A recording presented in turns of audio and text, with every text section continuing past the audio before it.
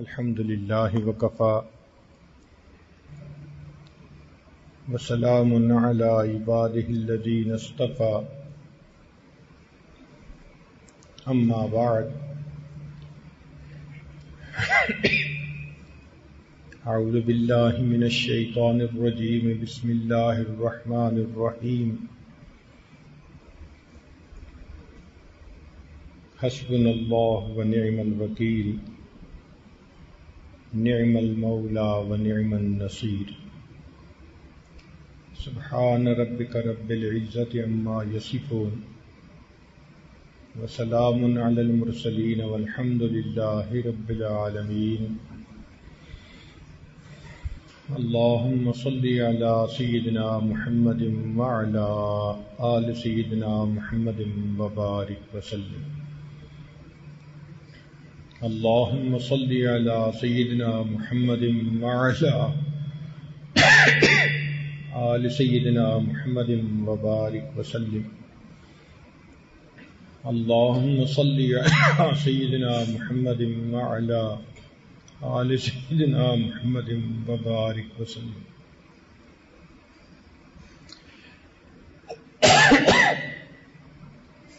انسان اگر اپنے ارد گرد پھیلی ہوئی اس کائنات پر غور کرے تو یہ جلوہ گاہ یار نظر آتی ہے. قدم قدم پر اللہ رب العزت کی قدرت کی نشانیاں نظر آتی ہیں. یہ قدرتی مناظر اللہ رب العزت کی صفات کے آئینہ دار ہیں. آسمان کی وسعتوں کو دیکھو تو اللہ کی عظمت اور کبریائی سامنے آتی ہے.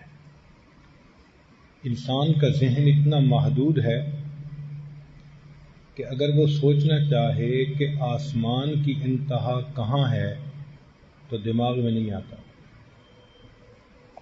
کوئی بھی بندہ سوچے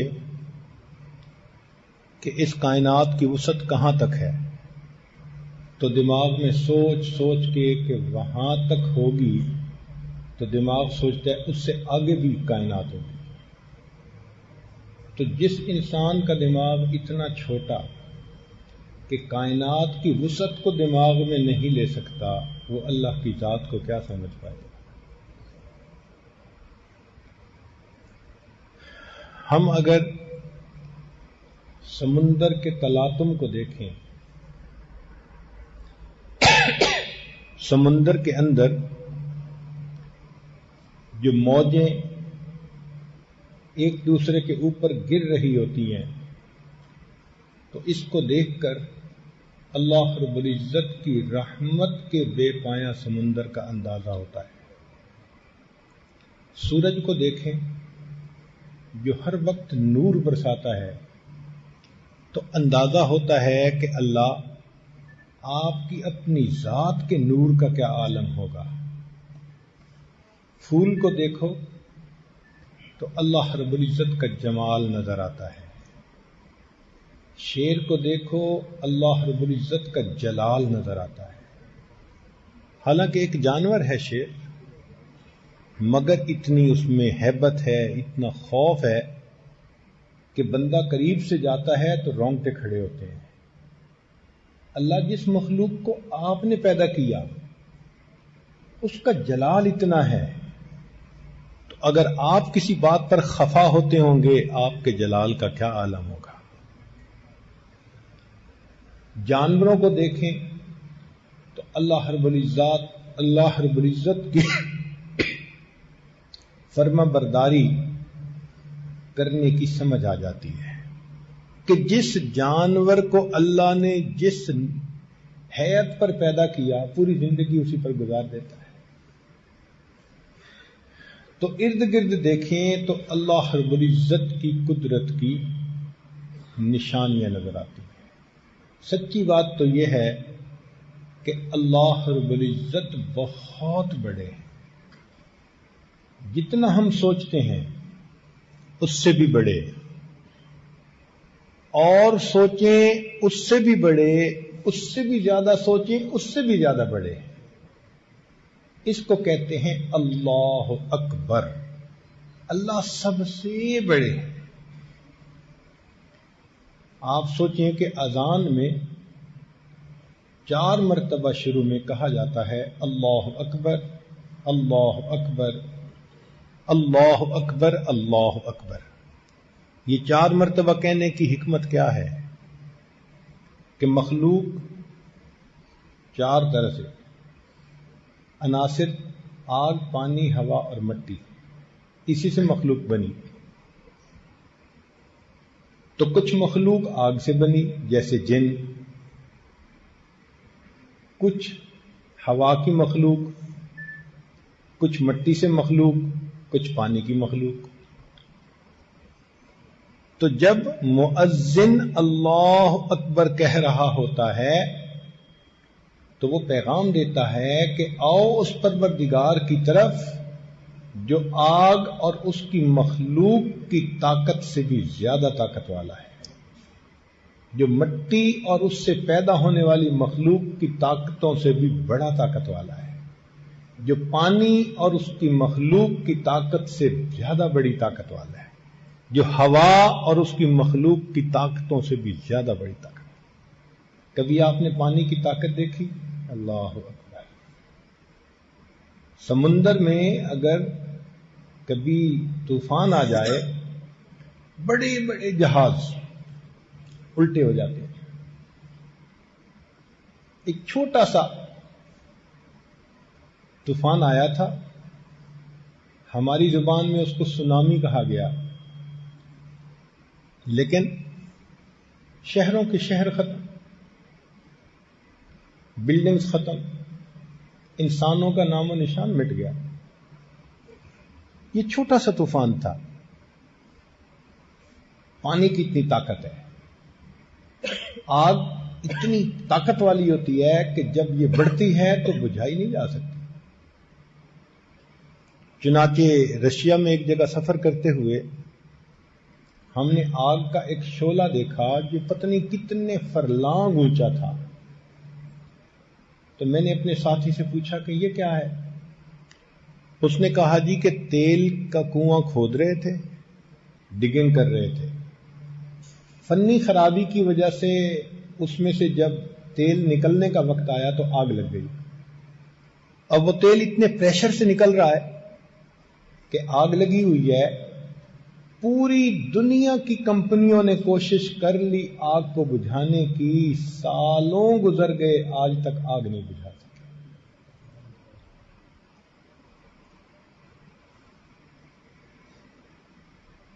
مٹی کی ایک طاقت ہے۔ کیا ہوا؟ رمضان مبارک کا مہینہ، لوگ فجر کے وقت سوئے ہوئے ہیں، ایک جھٹکا سا آیا مٹی میں، زمین میں۔ کشمیر میں کیا ہوا؟ پورے کے پورے مکان زمین کے اندر دھنس گئے۔ اللہ اکبر کبیرہ۔ ہوا کی طاقت کتنی ہے؟ قوم عاد، ان کو اپنی طاقت پہ بڑا ناز تھا، قد بڑے اونچے لمبے تھے، کہتے تھے من اشد منا قوہ، ہم سے کون ہے زیادہ طاقت والا؟ اللہ نے ہوا کا عذاب بھیجا، فَأَرْسَلْنَا عَلَيْهِمْ رِيحًا صَرْصَرًا۔ وہ ہوا مومن کے لیے اتنی مزے کی کہ کہتے تھے کہ بڑی مزے کی ہوا چل رہی ہے، کافر کے لیے اتنی زیادہ سخت تھی کہ ان کو پٹک پٹک کر اس نے زمین پر مارا۔ اگلے دن ان کفار کی لاشیں زمین پر اس طرح بکھری ہوئی تھیں کأنہم اعجاز نخل خاویہ، جیسے کہ کھجور کے تنے زمین کے اوپر لیٹے ہوئے ہوتے ہیں۔ تو ان مخلوق کی اتنی طاقت ہے، لیکن 4 مرتبہ مؤذن کہہ رہا ہوتا ہے کہ لوگوں، تمہیں اس پروردگار کی طرف بلایا جا رہا ہے جس کی طاقت اور قوت آگ کی طاقت سے بھی زیادہ، پانی کی طاقت سے بھی زیادہ، مٹی کی طاقت سے بھی زیادہ، ہوا کی طاقت سے بھی زیادہ۔ اللہ اکبر کبیرہ۔ اس لیے مرضی ہر حال میں اللہ رب العزت کی پوری ہوتی ہے. مرضی ہر حال میں اللہ رب العزت کی پوری ہوتی ہے. آپ سوچئے حضرت آدم علیہ السلام جنت میں ہیں اور دل چاہتا ہے کہ ہمیشہ جنت میں رہیں. اللہ تعالیٰ چاہتے ہیں کہ ان کو دنیا میں بھیجیں.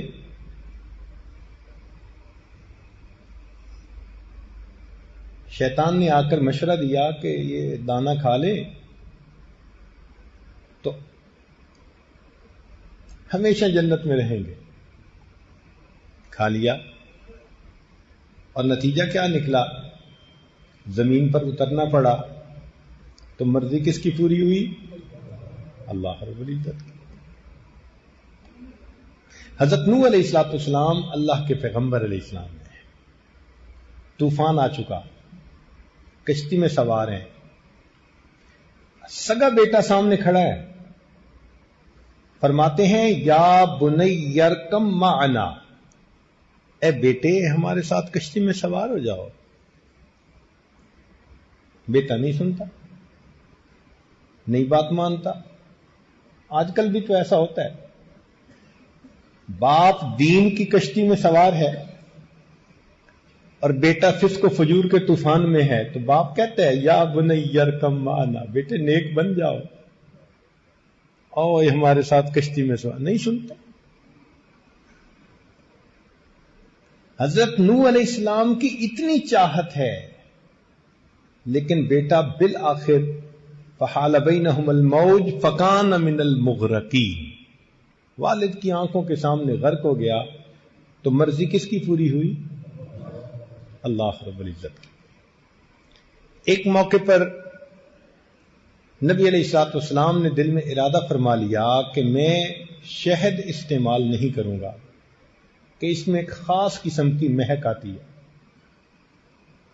جب ارادہ فرما لیا تو رب کریم کی طرف سے محبوبانہ خطاب آ گیا، یا ایھا النبی لم تحرم ما احل اللہ لک تبتغی مرضات ازواجک واللہ غفور رحیم. اس کے بعد نبی علیہ السلام نے دوبارہ شہد کا استعمال شروع فرما دیا. تو مرضی کس کی پوری ہوئی؟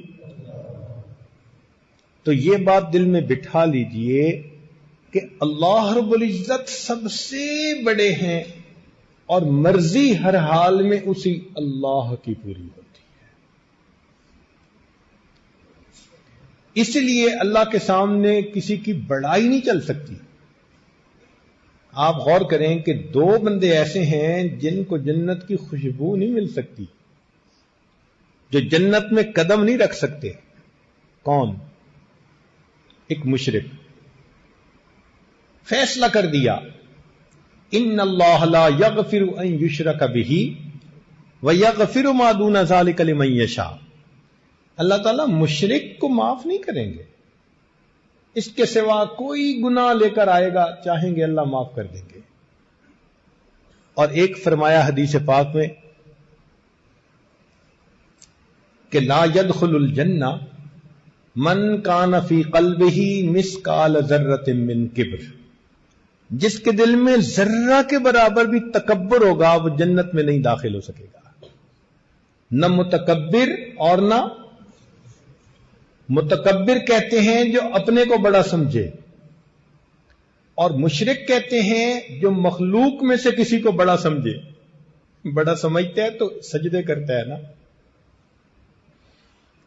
تو جس نے اپنے کو بڑا سمجھا اس پر بھی جنت حرام، اور جس نے مخلوق میں سے کسی کو بڑا سمجھا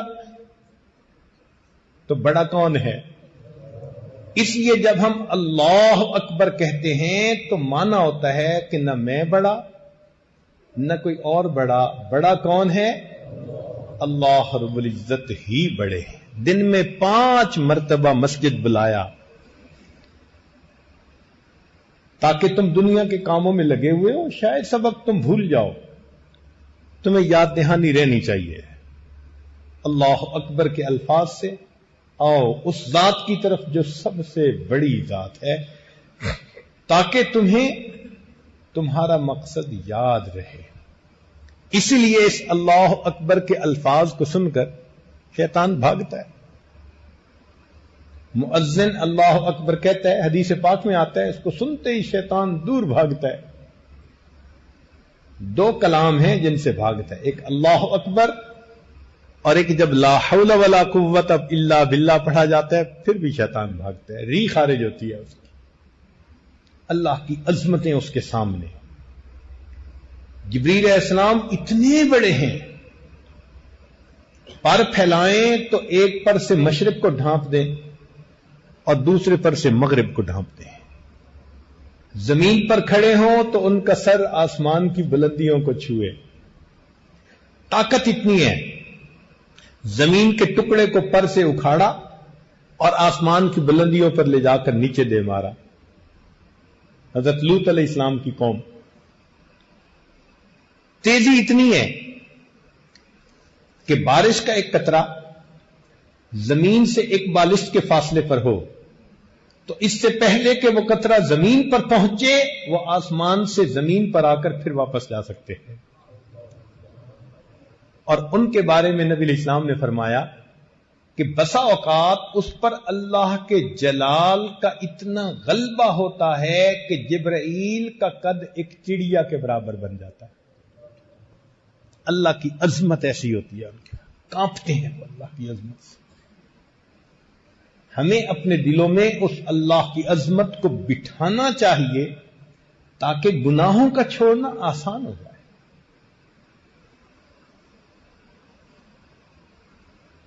سری سکتی رحمت اللہ علیہ فرماتے ہیں، میں نے ایک مرتبہ بیان کیا تو ایک نوجوان آیا، کہنے لگا آپ نے ایک فقرہ بولا ہے. میں نے کہا فقرہ کیا بولا تھا؟ عجبا لضعیف یعصی قویا. تعجب ہے اس ضعیف پر جو ایک قوی کی نافرمانی کرتا ہے. بندے سے زیادہ ضعیف کوئی نہیں اور اللہ سے زیادہ قوی کوئی نہیں. کتنا تعجب ہے کہ ایک ضعیف اس قوی کی نافرمانی کر رہا ہوتا ہے. عجبا لضعیف یعصی قویا. تو جب عظمت دل میں بیٹھتی ہے پھر انسان گناہوں سے آسانی سے بچ سکتا ہے. اس لیے اللہ رب العزت نے ذکر کثیر کا حکم دیا. اذکروا اللہ ذکرا کثیرا. مقصد کیا تھا کہ یہ ہر وقت یاد رکھیں کہ اللہ بہت بڑے ہیں. پھر دنیا ان کا دل نہیں لبھا سکے گی، ان کو اس راستے سے نہیں ہٹا سکے گی. اس لیے مومن بہانے سے اللہ کی بات چھیڑتا ہے. ماں کو دیکھو کہیں بیٹھی ہو بیٹے کا تذکرہ چھیڑ دیتی ہے، میرا بیٹا دودھ کو دودھ کہتا ہے. محبت ہے نا. بیوی کو خاوند سے محبت، 5 منٹ میں اپنے خاوند کی ساری باتیں دوسری عورت کو بتا دیتی ہے. اسی طرح مومن کو اپنے رب سے محبت ہوتی ہے تو مومن کا بھی یہی حال. جہاں بیٹھتا ہے، جہاں جاتے ہیں ہم تیرا فسانہ چھیڑ دیتے ہیں. اللہ کا تذکرہ، اللہ کی باتیں، اللہ کی عظمت، اللہ کی نعمتوں کے تذکرے مومن کا شیوا ہوتا ہے. آج اللہ رب العزت کے ساتھ محبت کا اظہار کریں گے تو قیامت کے دن پھر اس کا انعام پائیں گے. یہ جو ایمان ہے نا، یہ رجسٹریشن ہے بندے کی کہ اللہ کی بندگی میں داخل ہو گئے، رجسٹرڈ بندے بن گئے اللہ کے. ایک سکول تھا، لائن لگی ہوئی تھی، طلباء لائن میں جا رہے تھے. ایک کھڑکی کے سامنے تو ہر طالب علم کو جانے پر مٹھائی کا ڈبہ دیا جاتا تھا. ایک دیہاتی نوجوان نے دیکھا، لڑکے نے، وہ کھڑکی کے سامنے جانے پر مٹھائی کا ڈبہ ملتا ہے. وہ بھی لائن میں لگ گیا. چنانچہ آگے بڑھتے بڑھتے اس دیہاتی کی بھی باری آ گئی.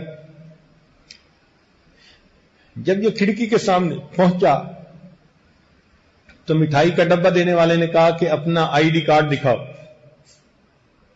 یہ کہنے لگا وہ کیا ہوتا ہے؟ اس نے کہا جو اسٹوڈنٹ یہاں رجسٹرڈ ہیں ان کا ایک آئی ڈی کارڈ بنا ہوا ہے, ان کو انعام مل رہا ہے. تم اگر رجسٹر نہیں تو جاؤ یہاں سے. جیسے اس دیہاتی لڑکے کو افسوس ہوا, اسی طرح آج جس نے اپنے ایمان کو رجسٹرڈ کروا لیا کل قیامت کے دن اللہ کے سامنے جائے گا, انعام کا ڈبہ پائے گا. اور کوئی ویسے ہی لائن میں لگ کے چلا گیا تو اس کو کہیں گے پروو یور آئیڈینٹی. کون ہو بھائی, کہاں سے آ گئے, دنیا میں کہاں تھے؟ اسی لیے جیسے بچے کا تعلق ماں سے ہوتا ہے نا, ہر چیز میں اپنی ماں کی طرف دیکھتا ہے, مومن کا تعلق اسی طرح اپنے پروردگار کے ساتھ ہوتا ہے. ہر معاملے میں اللہ پہ نظر, ہر معاملے میں اللہ پہ نظر. ایک بزرگ کہیں تشریف لائے ہوئے تھے تو صاحب خانہ نے اپنے چھوٹے بچے کو اٹھایا ہوا تھا, وہ لے آیا. ان کے پاس کوئی میٹھی چیز تھی, انہوں نے بچے کو دی, بچے نے لینے سے انکار کر دیا. دوبارہ کہا لے لو, بچے نے انکار کر دیا. اب یہ بڑی عجیب چیز ہے, حالانکہ بچے کے اندر ٹیمپٹیشن ہوتی ہے میٹھی چیز کھانے کی, سویٹس کھانے کی. اس کی عمر میں گروتھ کا تقاضا یہ ہے کہ وہ میٹھا کھائے,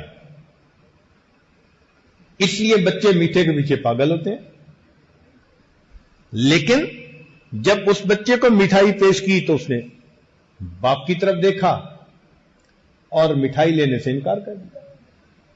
جب 2 مرتبہ ان بزرگوں نے کہا تو پھر اس بچے کے والد نے بچے کو کہا کہ بیٹے لے لو, یہ ہمارے حضرت جی ہیں.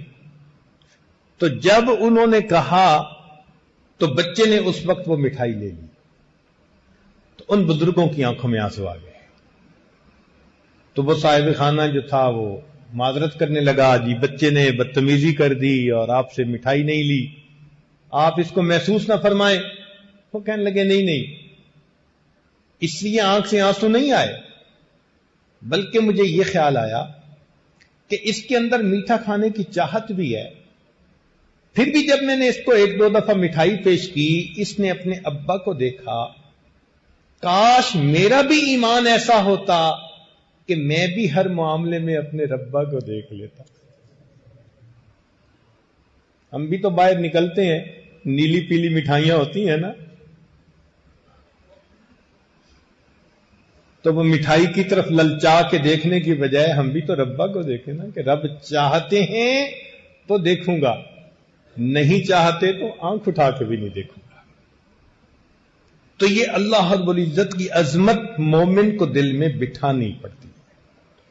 اب یہاں ذہن میں یہ بات رکھیے کہ اللہ رب العزت نے جس طرح اس کائنات کو پیدا کیا تو اس کائنات میں جو حالات عدلتے بدلتے ہیں وہ بھی اللہ کی منشا سے ہوتے ہیں.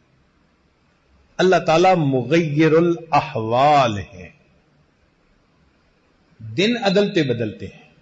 وَتِلْكَ الْأَيَّامُ نُدَاوِلُهَا بَيْنَ النَّاسِ, ہم انسانوں کے درمیان یہ دل عدلتے بدلتے رہتے ہیں.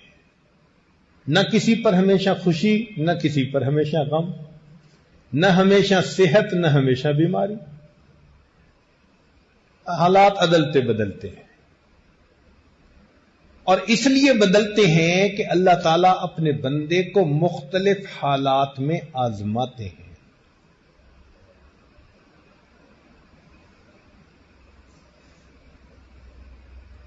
اب کوئی بندہ اگر مصیبت اور پریشانی میں پھنس جائے, وہ پریشان ہوتا ہے کہ یہ مصیبت ختم ہی نہیں ہوتی. تو اس میں اصول یہ سمجھیں کہ مصیبت اللہ رب العزت ہی کی طرف سے آتی ہے. قُل لَن يُصِيبَنَا إِلَّا مَا كَتَبَ اللَّهُ لَنَا, کہہ دیجئے ہرگز تم کو کوئی پریشانی نہیں پہنچتی مگر وہی جو اللہ نے مقدر میں لکھی ہوتی. تو جب مصیبت آتی اللہ کی طرف سے ہے تو مصیبت کے ختم ہونے کے لیے رجوع بھی اللہ کی طرف کرنا چاہیے. ہم کیا کرتے ہیں کہ مصیبت تو اللہ کی طرف سے آئی اور اس کے دور کرنے کے لیے مخلوق کے پیچھے بھاگتے. یہاں معاملہ گڑبڑ ہوتا ہے. جس نے پریشانی کے عالم میں اللہ رب العزت کی طرف رجوع کیا، اللہ رب العزت اس کے حالات کو سنوار دیتے ہیں.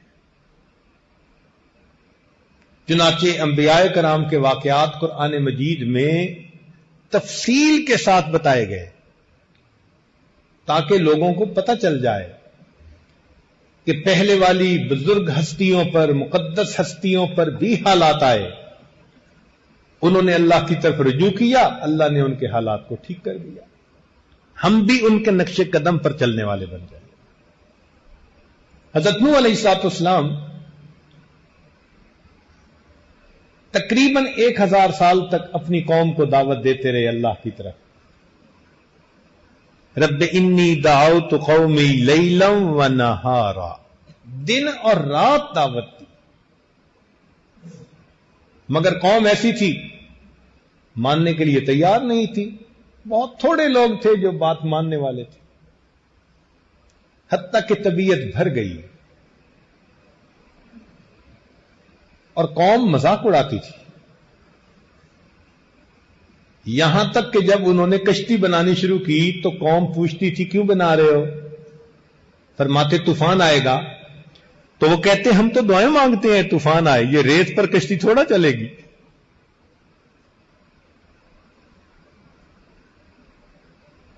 تو حضرت نوح علیہ السلام فرماتے ان تسخروا منا فانا نسخر منکم کما تسخرون، جیسے تم مذاق اڑاتے ہو ایک وقت آئے گا ہم تمہارا مذاق اڑائیں. تو قوم نے ستا دیا تھا، پتھر مارتے تھے، پتھروں میں دب جاتے تھے. جبریل علیہ السلام بسا اوقات آ کر پتھروں سے ان کو نیچے سے نکالتے تھے. اکیلے تھے. کتنا دل پہ انسان کے غم ہوتا ہے. آپ کسی کو چند دن بات سمجھائیں نا، آپ تنگ آ جائیں گے. 1 سال کی بات نہیں، 2 سال کی نہیں، 1000 سال. اللہ اکبر کبیرہ. ایک کرب تھا دل میں، ایک غم تھا دل میں، جس نے مغموم بنا دیا تھا حضرت نوح علیہ السلام کو. چنانچہ بالآخر انہوں نے اللہ سے دعا کی. اللہ تعالیٰ ارشاد فرماتے ہیں وَلَقَدْ نَادَانَا نُوحٌ فَلَنِعْمَ الْمُجِيبُونَ. تحقیق نوح علیہ السلام نے ہمیں پکارا اور ہم بہتر پکار کا جواب دینے والے ہیں. وَنَجَّيْنَاهُ وَأَهْلَهُ مِنَ الْكَرْبِ الْعَظِيمِ. ہم نے ان کو اور ان کے اہل خانہ کو کرب عظیم سے نجات عطا. تو اس کرب سے، ان مصیبتوں سے، دکھ سے بچانے والا کون ہے؟ اللہ رب العزت ہے. یہاں ایک اور بات بھی سمجھ لیجیے. حضرت نوح علیہ السلام کے بعد حضرت موسیٰ علیہ السلام اور حضرت ہارون علیہ السلام دونوں پیغمبر فرعون کی طرف بھیجے گئے. انہوں نے جا کر دعوت دی، مگر فرعون نے اپنی حکومت کے نشے میں ان کی قوم کو پیس کے رکھ دیا.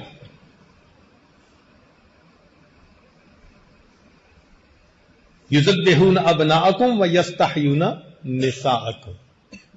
بیٹیوں کو زندہ چھوڑ دیتے، بیٹوں کو قتل کر دیتے. آپ ذرا سوچیں کتنا جابر بادشاہ ہوگا. آج کسی کے بچے کو کوئی ناحق قتل تو کروا کے دیکھے، اگلے دن اس کو اپنی حکومت چھوڑنی پڑ جائے گی. ایک بچے کے اوپر ایسا پاسبل ہے، اور وہاں سینکڑوں نہیں ہزاروں بچے قتل کروائے، اف نہیں کوئی کر سکتا تھا۔ اس قوم کے اوپر فرعون کا کتنا ہولڈ ہوگا، کتنا جابر بادشاہ ہوگا۔ اس عاجز کو مصر میں فرعون کی لاش دیکھنے کا موقع ملا، یہی اندازاً 6 فٹ کے قریب اس کا قد تھا۔ تاریخ دیکھی، وہ 20 سال کی عمر میں ملک کا بادشاہ بن گیا تھا، اور تقریباً 65 سال ملک کا بادشاہ رہا۔ یہ جو ابتدائے جوانی میں اتنا اختیار مل گیا، اتنا مال مل گیا، اس نے دماغ خراب کر کے رکھ دیا۔ کہا کرتا تھا انا ربکم الاعلی۔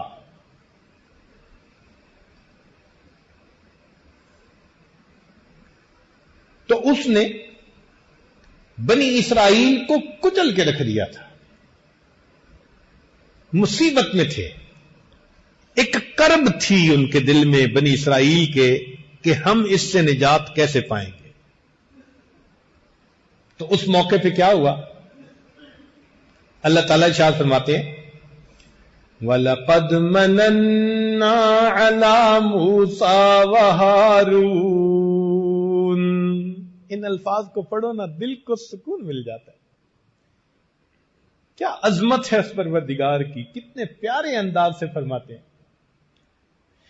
وَلَقَدْ مَنَنَّا عَلَى مُوسَى وَهَارُونَ، اور ہم نے احسان کیا موسیٰ علیہ السلام پر اور ہارون علیہ السلام پر، وَنَجَّيْنَاهُمَا وَقَوْمَهُمَا مِنَ الْكَرْبِ الْعَظِيمِ، ہم نے ان کو اور ان کی قوم کو کرب عظیم سے نجات عطا فرما دی۔ ایک اور واقعہ، حضرت یونس علیہ السلام نے اپنی قوم کو تعلیم دی، تبلیغ کی، قوم نہ مانی، حتیٰ کہ انہوں نے یہ فیل کیا کہ یہ ماننے والے لوگ نہیں۔ ہم اپنی زبان میں کہتے ہیں نا، ان تلوں میں تیل نہیں، وہ بھی اسی نتیجے پر پہنچ گئے۔ اشارہ بھی مل گیا کہ عذاب آئے گا قوم کے اوپر، تو وہ جلدی وہاں سے نکل پڑے۔ اللہ کی شان، ایک بڑی مچھلی نے اپنے پیٹ میں لے لیا، اب پیٹ کے اندر ہیں، کہیں نکل نہیں سکتے۔ تو اس وقت حضرت یونس علیہ السلام نے اس حصار میں سے نکلنے کے لیے کس کو پکارا؟ اللہ رب العزت کو پکارا۔ اللہ تعالیٰ ارشاد فرماتے ہیں وَظَنُّونِ إِذْ ذَهَبَ مُغَاضِبًا وَظَنَّ أَن لَّن نَّقْدِرَ عَلَيْهِ فَنَادَى فِي الظُّلُمَاتِ، اندھیروں میں اس نے پکارا، کیا کہا؟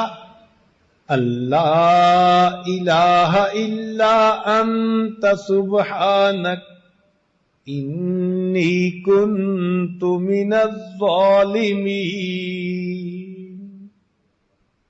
اے اللہ، تیرے سوا کوئی معبود نہیں، تو پاک ہے، میں خطا کار۔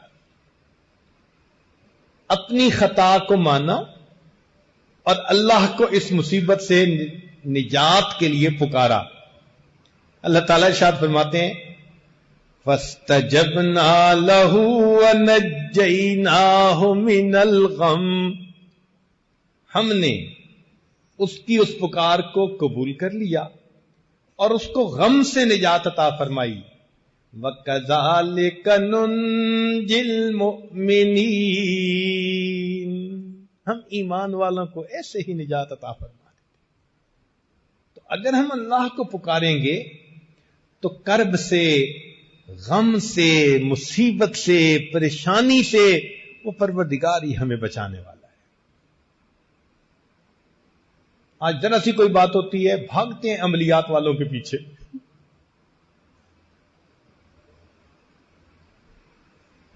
کیا فائدہ ایمان خراب کرنے کا؟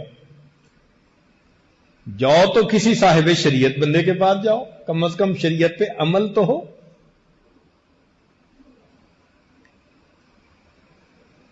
تو مصیبت میں اللہ ہی کی طرف رجوع کرنا ہے ہمیں۔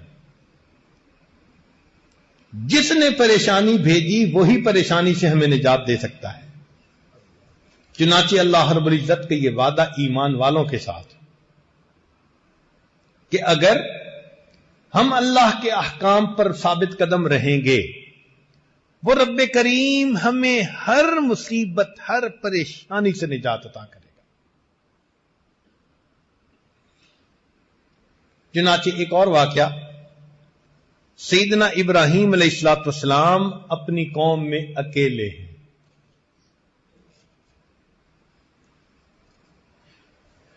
قوم شرک کرتی ہے، نمرود کو خدا مانتی ہے، بتوں کی پوجا کرتی ہے۔ ابراہیم علیہ السلام توحید خالص پر عمل کرنے والے۔ ایک موقع پر قوم نے کوئی فنکشن منانا تھا، کہنے لگے چلو، تو انہوں نے ان کو تو معذرت کر دی، ایکسکیوز کر دیا، فرمایا انی سقیم، میری طبیعت ٹھیک نہیں ہے۔ واقعی اس کفر و شرک میں ان کو دیکھ کے کتنی طبیعت بیدار ہوتی ہوگی ان کی۔ قوم چلی گئی، پیچھے ان کے بت اکیلے تھے۔ ابراہیم علیہ السلام نے بھی کیا مزے کا کام کیا، ایک کلہاڑا لیا، فجعلہم جزازا الا کبیرا، سارے بتوں کے ٹکڑے ٹکڑے کر کے وہ جو بڑا بت تھا نا اس کے کندھے پہ کلہاڑا رکھ دیا۔ اب قوم آئی، اس نے اپنے معبودوں کا حشر دیکھا، کہنے لگے کہ یہ کام کس نے کیا؟ تو ان میں سے کسی نے کہا کہ انا سمعنا فتى یذکرہم یقال لہ ابراہیم، ہم نے ایک نوجوان کو سنا ہے نام ابراہیم، وہ ان بتوں کے بارے میں اس طرح کی کوئی باتیں کرتا تھا ناگواری کی، اسی نے لگتا ہے کیا ہوگا۔ چنانچہ حضرت ابراہیم علیہ السلام کو انہوں نے پکڑ لیا، پوچھا، آپ نے فرمایا کہ بڑے سے پوچھو، بھئی جہاں سے مال برآمد ہو چور تو وہی ہوتا ہے نا، تو تمہارے اس بڑے کے کندھے پہ کلاڑا ہے۔ اب وہ ہکے بکے کیا کہیں، نتیجہ کیا نکلا، کہنے لگے حرکوہ، اسے آگ میں ڈال دو، وانصروا آلہتکم، اپنے معبودوں کی مدد کرو۔ کیا معبود ان کے؟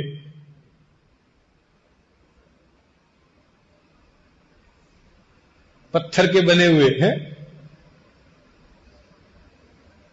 پتلے خدا، موٹے خدا، چھوٹے خدا ہیں، سب کے سب جھوٹے خدا۔ اب اس وقت ابراہیم علیہ السلام کا ساتھ دینے والا کوئی نہیں تھا۔ مفسرین نے لکھا ہے کہ نمرود نے آگ میں ڈالنے کی تیاریاں کی۔ اس زمانے کی عورتیں منت مانتی تھیں، میرا بیٹا ہوا تو ابراہیم کی چتا کے لیے اتنے من لکڑیاں ڈالوں گی۔ لکڑیاں اکٹھی کی گئیں، پہاڑ نظر آتا تھا، آگ لگائی گئی، اتنی آگ تھی کہ کوئی قریب جا نہیں سکتا تھا، جھولے پہ بٹھا کے ڈالا گیا۔ ابراہیم علیہ السلام کو آگ نظر آ رہی ہے، لیکن اللہ کے ساتھ ایمان پختہ تھا۔ سنیے امام قرطبی رحمت اللہ علیہ اس آیت کی تفسیر میں کیا فرماتے ہیں؟ فرماتے ہیں کہ قالوا حرکوا، قوم کے لوگوں نے کہا کہ ان کو جلاؤ۔ لما انقطعوا بالحجت، جب ان کی حجت منقطع ہو گئی، اخذتهم عزت باسم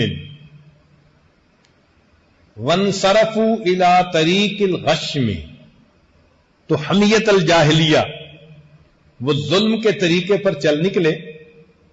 وقالوا حرکوا، بات تو کر نہیں سکتے تھے، طاقت کے نشے میں، حکومت کے نشے میں، کہنے لگے اس کو جلا دو۔ رویہ، یہ روایت ہے، ان قائل هذه المقالة هو رجل من الاکراد، فرماتے ہیں کہ یہ بات جو کہنے والا تھا نا کہ ان کو جلاؤ، یہ کرد لوگوں میں سے ایک تھا۔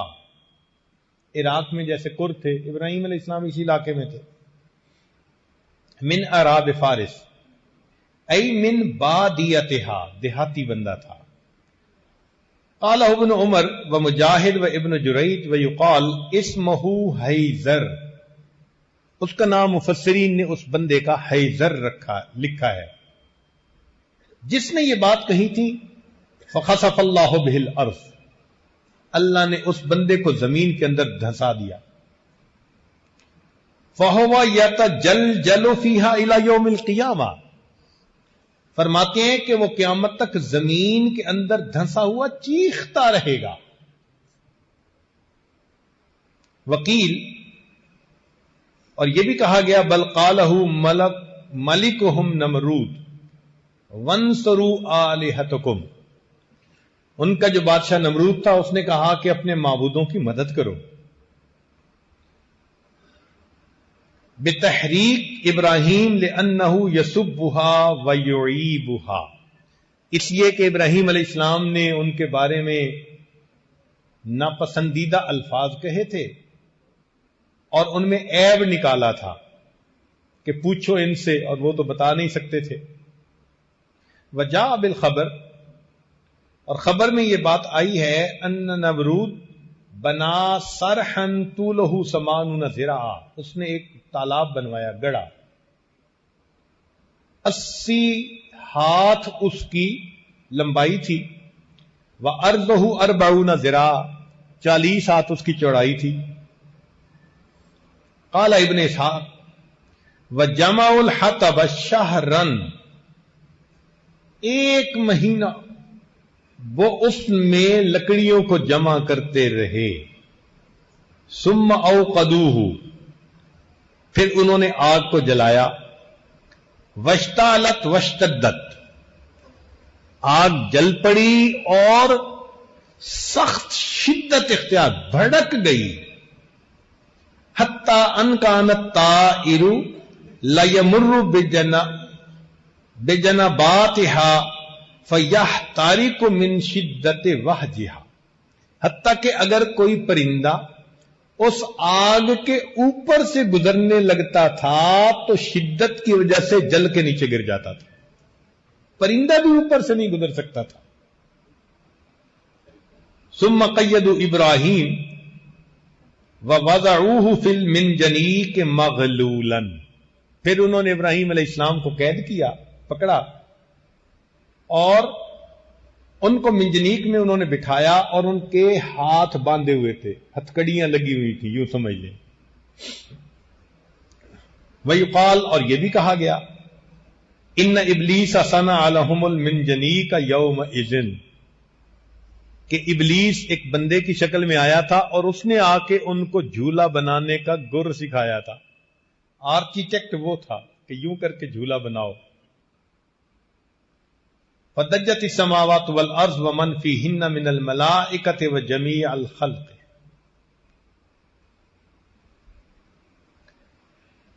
چیخنے لگے آسمان اور زمین اور جو کچھ اس میں ہے، اور ملائکہ اور ساری مخلوق، الا الثقلین، سوائے انسانوں اور جنوں کے۔ انسانوں اور جنوں کے سوا جتنی مخلوق تھی، جب اس نے یہ منظر دیکھا، اتنی آگ جل رہی ہے، اب ایک بندے کے لیے تو چند فٹ کی آگ چاہیے نا، یہ اتنی آگ تھی کہ پرندے قریب سے نہیں گزر سکتے تھے، اور جھولے میں بٹھایا گیا، ہاتھ بندھے ہوئے ہیں، پاؤں بندھے ہوئے ہیں، اب وہ جھولا جھلا کر ان کو ڈالنا چاہتے ہیں۔ تو اس وقت آسمان اور زمین اور اس کے اندر کی جو مخلوق ہے وہ پکار اٹھی، اللہ اکبر، کہنے لگی ربنا، اے ہمارے پروردگار، ابراہیم لیس فی الارض احد یعبدک غیرہ، ابراہیم اکیلا ہی تو ہے زمین میں جو تیری عبادت کرتا ہے، اس کے علاوہ کوئی نہیں کرتا. یحرق فیک، آپ کی خاطر اس کو جلایا جا رہا ہے. فاذلنا فی نصرتہ، ہمیں اجازت دے دیجئے کہ ہم ابراہیم کی مدد کر سکیں. آپ کے نام پر جلایا جا رہا ہے نا، تو آپ ہمیں اجازت دیجئے کہ ہم ابراہیم علیہ السلام کی اس موقع پر کوئی مدد کر سکیں. جیسے کسی کو پریشانی میں دیکھ کے کہتے ہیں نا، can I help you, what can I do for you. تو ساری مخلوق نے یہی بات کہی کہ اللہ ہم آپ کے ابراہیم علیہ السلام کی مدد کر سکیں. فقال اللہ تعالی، اللہ رب العزت نے فرمایا، ان استغاث بشیء منکم او دعاہ فلینصرہ فقد اذنت لہ فی ذلک. اگر میرا ابراہیم تم سے مدد مانگے یا تمہاری اس دعوت پر مدد کو قبول کرے تو تم مدد کرو، میری طرف سے تم کو اجازت ہے. وَإِن لَّمْ يَدْعُ غَيْرِي، اور اگر وہ میرے کسی غیر کو نہیں پکارتا، فَأَنَا أَعْلَمُ بِهِ وَأَنَا وَلِيُّهُ، تو میں اس کو جانتا ہوں اور میں اس کا سرپرست ہوں. سبحان اللہ. جو بندہ اللہ سے لو لگاتا ہے، اللہ رب العزت اس کے حالات کو بھی جانتے ہیں اور پھر اللہ اس بندے کے سرپرست بھی ہوتے ہیں، اس کے نگہبان، اس کے نگران، اس کے سرپرست ہوتے ہیں. تو اللہ تعالیٰ فرماتے ہیں کہ میں اس کا ولی ہوں. فَلَمَّا أَرَادُوا إِلْقَاءَهُ فِي النَّارِ، جب ان لوگوں نے ارادہ کر لیا کہ ابراہیم علیہ الصلوۃ والسلام کو آگ کے اندر ڈالے، اتاہ خزان الماء وہو فی الہوا، تو ابراہیم علیہ الصلوۃ والسلام ہوا میں تھے، یعنی منجنیق سے نکل کر آگ میں جانے کے لیے ابھی ہوا کے اندر ہیں. تو پانی کا فرشتہ آتا ہے جو خازن ہے پانی کا، اور وہ آ کے کہتا ہے، فقالو، ان فرشتوں نے کہا، یا ابراہیم ان اردت اخمدنا النار بالماء، اگر آپ چاہیں تو ہم اس آگ کو پانی سے بجھا دیتے ہیں، ابھی بارش برسا دیں گے تو یہ آگ ختم ہو جائے گی. فقال، ابراہیم علیہ السلام کا یقین دیکھیے، ایمان دیکھیے، لا حاجت لی الیکم، دنیا کے اسباب کی منفی تو اپنی جگہ، فرشتے آئے ہیں، فرشتوں کو بھی کہہ دیا مجھے آپ کی کوئی ضرورت نہیں ہے. وَأَتَاهُ الْمَلِكُ الرِّيحِ، پھر اس کے سامنے، اس کے پاس ہوا کا فرشتہ آیا. فقال لو شئت طیرت النار، اگر آپ کہیں ایسی ہوا چلے کہ آگ کو ہی اڑا کے لے جائے. فقال لا، ابراہیم علیہ السلام نے فرمایا نہیں. ثم رفع رأسه الى السماء فقال، پھر اللہ رب العزت کی، پھر انہوں نے آسمان کی طرف سر اٹھایا اور یہ کہا، اللہم انت الواحد فی السماء، اے اللہ تو آسمان میں اکیلا ہے، وَأَنَا الْوَاحِدُ فِي الْأَرْضِ لَيْسَ أَحَدٌ غَيْرِي يَعْبُدُكَ غَيْرِي، میں زمین میں اکیلا ہوں، میرے سوا تیری عبادت کرنے والا کوئی نہیں. حسبی اللہ ونعم الوکیل، میرے لیے اللہ کافی ہے، وہی میرے لیے بہتر وکیل ہے. اللہ اکبر. ایمان دیکھیے کیسا تھا، یقین اللہ کے وعدوں پہ کتنا تھا، بھروسہ کتنا تھا. سامنے آگ نظر آ رہی ہے، ہوا کے اندر ہیں، اب تو لمحوں کی بات ہے، مگر متزلزل نہیں ہوئے. چنانچہ ایک دوسری آیت میں فرماتے ہیں کہ ان ابراہیم حین قیدوہ لِيُلْقُوهُ فِي النَّارِ قَالَ لَا إِلَٰهَ إِلَّا أَنْتَ سُبْحَانَكَ رَبُّ الْعَالَمِينَ لَكَ الْحَمْدُ وَلَكَ الْمُلْكُ لَا شَرِيكَ لَكَ قَالَ ثُمَّ رَمُوا بِهِ فِي الْمَنْجَنِيقِ مِن مِزْرَبٍ شَاسِعٍ، پھر انہوں نے اس کو منجنیق میں بٹھا کر دور سے، شاسعٍ دور سے اس کو آگ کے اندر ڈالا. فَاسْتَقْبَلَهُ جِبْرِيلُ، اس موقع پر پھر جبریل علیہ السلام آئے. جب پانی کے فرشتے کو انکار، ہوا کے فرشتے کو انکار، تو جبریل علیہ السلام تو اللہ کے انبیاء کی مدد پر متعین ہے نا، ان کا تو چارٹر آف ڈیوٹی ہے انبیاء کی مدد کرنا. تو جبریل علیہ السلام اس وقت آتے ہیں. فقال، جبریل علیہ السلام نے آ کر پوچھا، یا ابراہیم الک حاجہ، اے ابراہیم what can I do for you? Do you need me? آپ کو میری ضرورت ہے. قال اما الیک فلا، ابراہیم علیہ السلام نے فرمایا اگر تو اپنی طرف سے آئے ہو تو کوئی ضرورت نہیں، اگر اپنی طرف سے آئے ہو تو کوئی ضرورت نہیں. فقال جبریل علیہ السلام نے کہا، فاسأل ربک، اے ابراہیم خلیل اللہ پھر اپنے رب سے سوال کیجئے. تو جب انہوں نے یہ کہا ابراہیم علیہ السلام نے عجیب سوال دیا. فقال، فرمایا، حسبی من سؤالی علمہ بحالی، کہ سوال کرنے سے مجھے یہ زیادہ بات کافی ہے کہ میں جس حال میں ہوں میرا اللہ جانتا ہے. یہ بات میرے لیے کافی ہے، مجھے سوال کرنے کی کیا ضرورت ہے، میرا پروردگار دیکھنے والا، جاننے والا. کیا عجیب جواب دیا ہے. حسبی من سؤالی علمہ بحالی. فقال اللہ تعالی وہو اصدق القائلین، یا نار کونی بردا وسلاما علی ابراہیم. رب کریم نے براہ راست آگ کو حکم دیا، اے آگ میرے ابراہیم پر ٹھنڈی اور سلامتی والی ہو جا. قال بعض علماء نے یہ لکھا کہ فرمایا کہ جعل اللہ فیہا بردا یرفع حرہا، اللہ نے اس میں ٹھنڈ پیدا کر دی جس نے گرمی کو ختم کر دیا. وحرن یرفع بردہا، اور ایسی گرمی جس نے ٹھنڈک کو ختم کر دیا، یعنی ایئر کنڈیشنڈ. آپ آج کے زمانے میں اس کو یوں کہہ سکتے ہیں،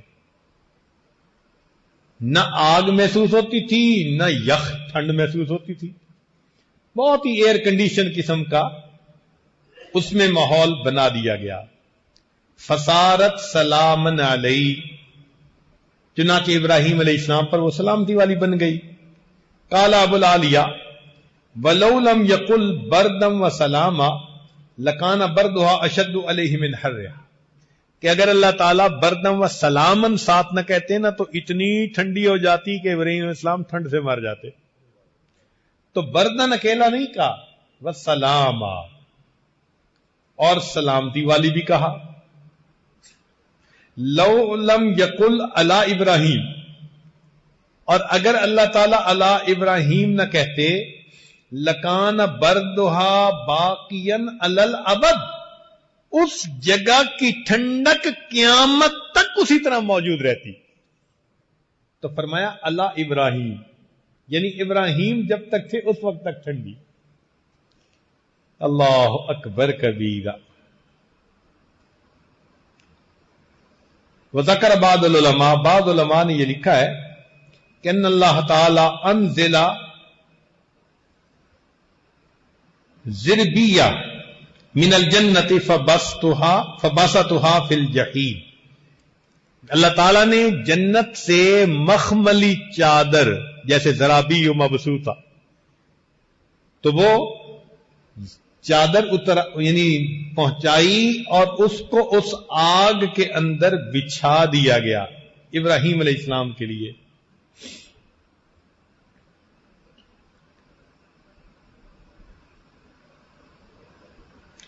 ایک عجیب بات وہ فرماتے ہیں کہ جب اللہ تعالیٰ نے فرمایا نا کہ اے آگ سلامتی والی ہو جا، تو اللہ کا یہ حکم جو تھا اس میں یا نار کہا تھا نا، عموم تھا سب کے لیے. تو کہتے ہیں کہ اس حکم کے آتے ہی ابراہیم علیہ السلام کی آگ کے ساتھ پوری دنیا میں جہاں آگ جل رہی تھی ہر آگ بجھ گئی، کہ شاید یہ حکم مجھے دیا جا رہا، شاید یہ حکم میرے مالک کا مجھے دیا جا رہا. اللہ اکبر کر، اس مالک ملک کی عظمت کیا ہے. تو اللہ رب العزت انسان کو مصیبتوں سے بچاتے ہیں. دنیا کے ظاہری اسباب اگر نہ بھی ہوں، براہ راست اللہ تعالیٰ اسباب کو حکم فرما کر بندے کے فیور میں ان کو بنا دیتے. تو یہاں سے یہ بات سمجھ میں آئی کہ ہمیں اللہ رب العزت کے اوپر پکا یقین رکھنا چاہیے، اس کے وعدوں پہ بھروسہ رکھنا چاہیے. اس کے وعدے ہر حال میں سچ ثابت ہوتے.